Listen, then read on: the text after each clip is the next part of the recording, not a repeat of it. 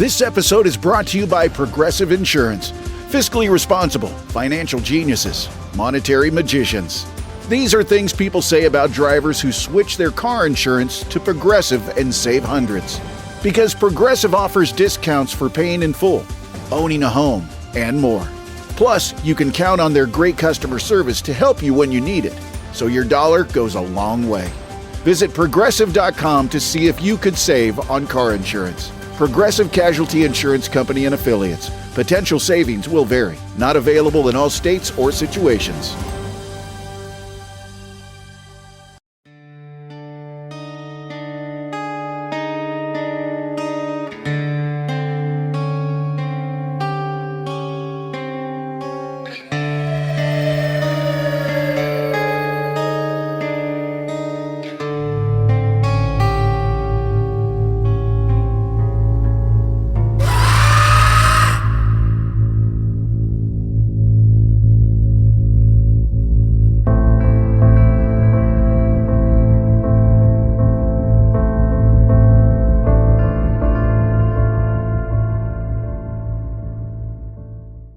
Hello and welcome to another episode of the Halloween Podcast. I am your host, Lyle Perez. You're listening to episode 8 of our special series, The Dark Record, where we uncover some of the strangest, most unsettling events history has left behind. Tonight's story takes us to Fayetteville, West Virginia. It's Christmas Eve, 1945, a night meant for warmth, family, and celebration. But by dawn, the Sodder home was reduced to ash. 5 of their 10 children were missing, and a mystery was born that has never been solved. This is the next page in the Dark Record.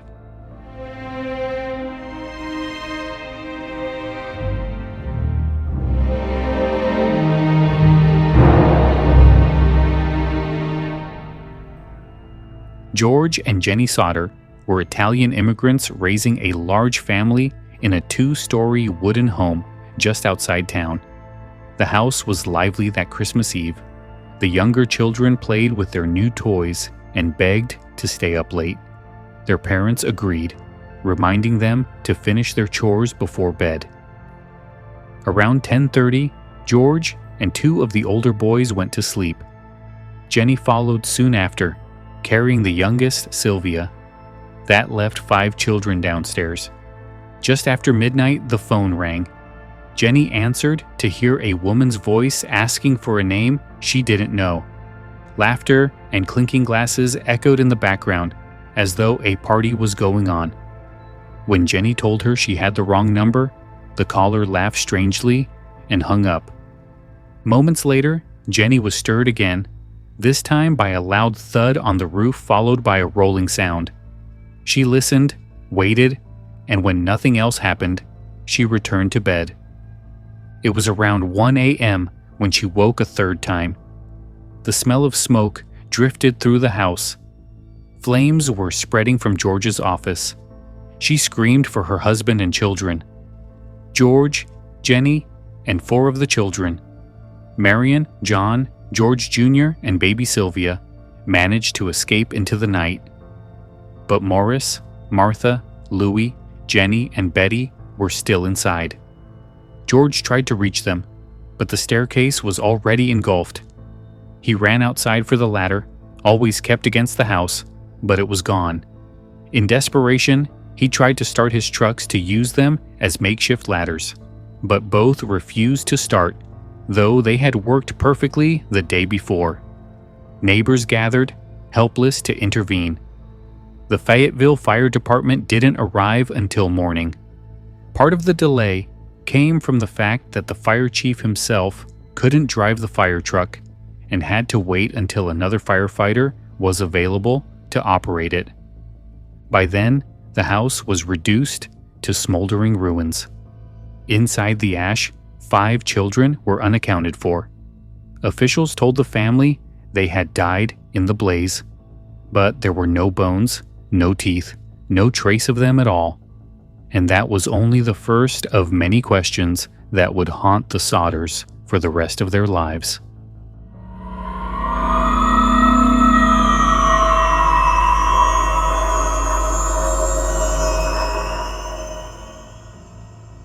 From the beginning, nothing about the Sodder fire felt ordinary.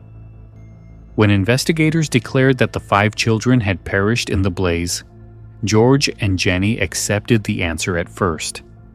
But as they began to sift through the ruins, that conclusion became harder to believe. The first problem was the remains. No bones, no teeth, nothing. The family spoke with local funeral directors and even brought in experts. They were told that even in house fires hot enough to destroy wood and plaster, bone fragments almost always survive. Determined to test it for herself, Jennie Sodder conducted her own experiments. She burned animal bones in open flames and in stoves for hours, only to find that they were never completely destroyed. To her, this proved beyond doubt that her children's bones should have been found in the ashes if they had truly perished in the blaze. Human bones are dense, and even cremations, which burn hotter and longer than a house fire, leave behind visible remains. Yet in the Sodder ruins, there was nothing. The second issue was the fire itself. Authorities claimed faulty wiring was to blame, but George had recently had the system inspected and certified safe. In fact, in the weeks before Christmas, an electrician who had come by the house told him that the wiring was in good condition. That made the official explanation difficult to reconcile with what George knew firsthand. Then, there were the details surrounding the night of the fire. The family's phone line, for instance, had been cut. Not burned through, not damaged by heat, but cleanly severed. When George ran for his ladder to try and reach the upstairs windows, it was missing from its usual spot. The next morning, it was discovered at the bottom of an embankment some distance from the house. Even stranger, when George tried to start his 2 coal trucks, both failed, though he had driven them without issue the day before. To the family, it felt less like coincidence and more like sabotage. As word spread, other unsettling details emerged. Not long before Christmas, a man had come to the Sodder home, asking about work. When George declined, the visitor pointed to the fuse box on the wall and warned him, almost casually, that one day his house would catch fire. Around the same time, an insurance agent tried to pressure George into buying a policy. When George refused, the agent threatened him, saying his home would go up in smoke and his children would be destroyed. George dismissed it at the time as bluster, but after the fire, the words cut deeper. Witnesses also recalled strange behavior in the days before Christmas. Some of the Sodder children had noticed a man parked along the road, watching them as they walked home from school. The family thought little of it then, but after the fire, it became another piece of an unsettling puzzle.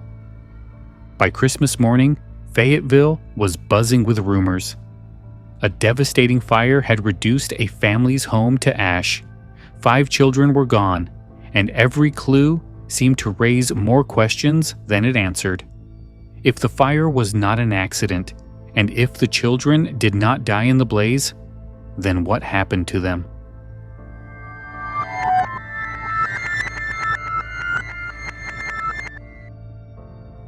The official investigation wrapped up quickly, concluding that the Sodder children had died in the blaze, but George and Jennie refused to accept it. Too many details pointed in other directions. If the fire had been an accident, why had the ladder vanished? Why were the trucks disabled? Why was the phone line cut? And where were the bones of 5 children? Slowly, another explanation began to take shape. The children had not died in the fire at all. They had been taken. The theory was not without motive. George Sodder was outspoken in his politics, often clashing with others in Fayetteville's tight-knit Italian immigrant community. He was especially vocal in his criticism of Benito Mussolini, the Italian dictator who had been executed earlier in 1945. Some believed that Mussolini still had loyal supporters in America, and George's words may have made him enemies. To the Sodders, the fire began to look less like tragedy and more like retaliation. And then came the sightings. In the days immediately following the fire, a woman claimed she saw the children peering from a car speeding away from town on Christmas Eve. Another woman, who worked at a Charleston hotel, swore she served breakfast to 5 children, matching their description the morning after the fire. She remembered the small details, the way the children were accompanied by adults who looked stern and unfriendly, the way the younger ones seemed nervous. Years later, more reports trickled in. One man said he had seen the missing children with a group of Italian families in Florida. Another said they were living in Texas under different names.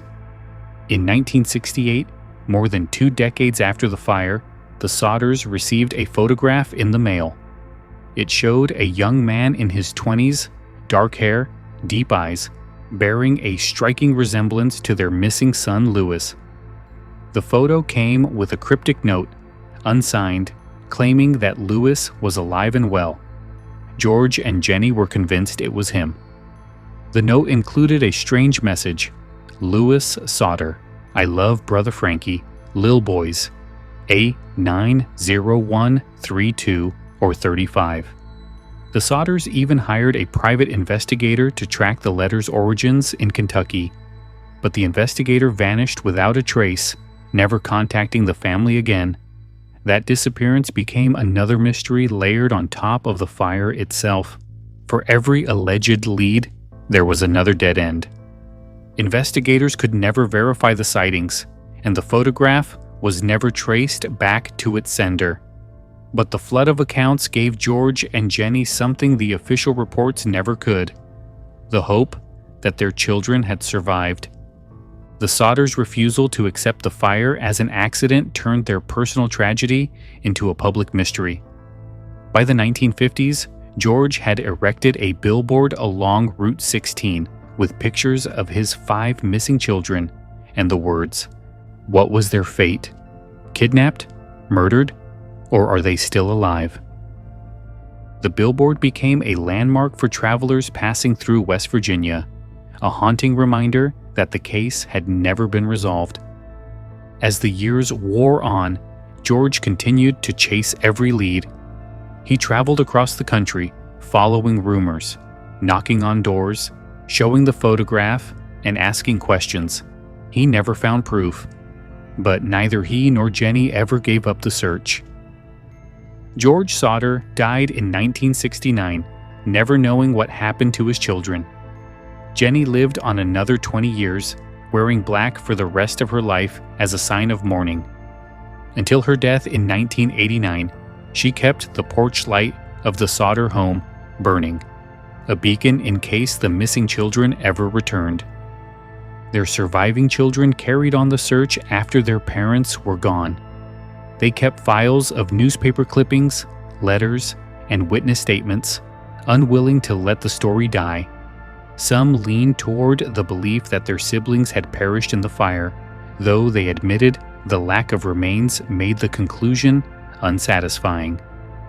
Others remained convinced the children had been taken, pointing to the photograph and the unexplainable details that shadowed the fire. Even today, the case is listed as unsolved. Historians who have studied the fire tend to conclude the simplest answer is the right one: that the children did die in the blaze, and the absence of remains was due to the house burning hotter than expected, or the embers consuming what little was left before anyone could recover it. But the counter-arguments remain strong. Some modern experts have suggested that the combination of coal storage and wood construction could have produced unusually high, long-burning heat. Still, even with that explanation, the lack of any skeletal remains continues to trouble researchers, leaving the case straddling the line between accident and crime. House fires rarely leave no trace of human bone. The cut phone line, the vanished ladder, the disabled trucks, the strange threats before Christmas, each piece gnaws at the edges of the official story. The billboard along Route 16 stood for decades, a landmark of grief and defiance. Generations of travelers passed it, some stopping to learn the story, others simply noting the faces staring back at them from the roadside. It remained until the late 1980s, finally coming down after Jennie's death. By then, it had become a symbol almost as famous as the case itself, a roadside reminder of a mystery that refused to fade. For the Sodder family, it was both a plea for information and a declaration. They would never stop asking what happened. The disappearance of the Sodder children endures because it is more than just a family tragedy. It is a story of uncertainty that blurs the line between accident and crime, between fire and abduction, between closure and endless searching. It is a reminder that history holds wounds that never quite heal, and mysteries that refuse to be solved. That brings us to the end of episode 8 of The Dark Record. We've returned to Fayetteville, West Virginia, and traced a family's Christmas Eve that turned from celebration to nightmare. No remains, no closure, just unanswered questions, remembered, retold, and now added to the record. Next time, we'll step into another tale of eerie foresight, where fiction seemed to predict reality with chilling precision. A ship called the Titan, an iceberg in the North Atlantic, and a story written years before the Titanic set sail. We'll explore the Titan prediction. Until then, I'm Lyle Perez, and this has been the Halloween Podcast presenting The Dark Record. If you enjoyed the episode, don't forget to subscribe and leave a review. It helps keep the show alive and weird. You can also explore sources, extras, and more at our Facebook page, facebook.com/The Halloween Podcast. You can also contact me through email at thehalloweenpodcast@gmail.com. Thanks for listening. Stay curious, and remember, some questions burn long after the fire is out. Have a good night.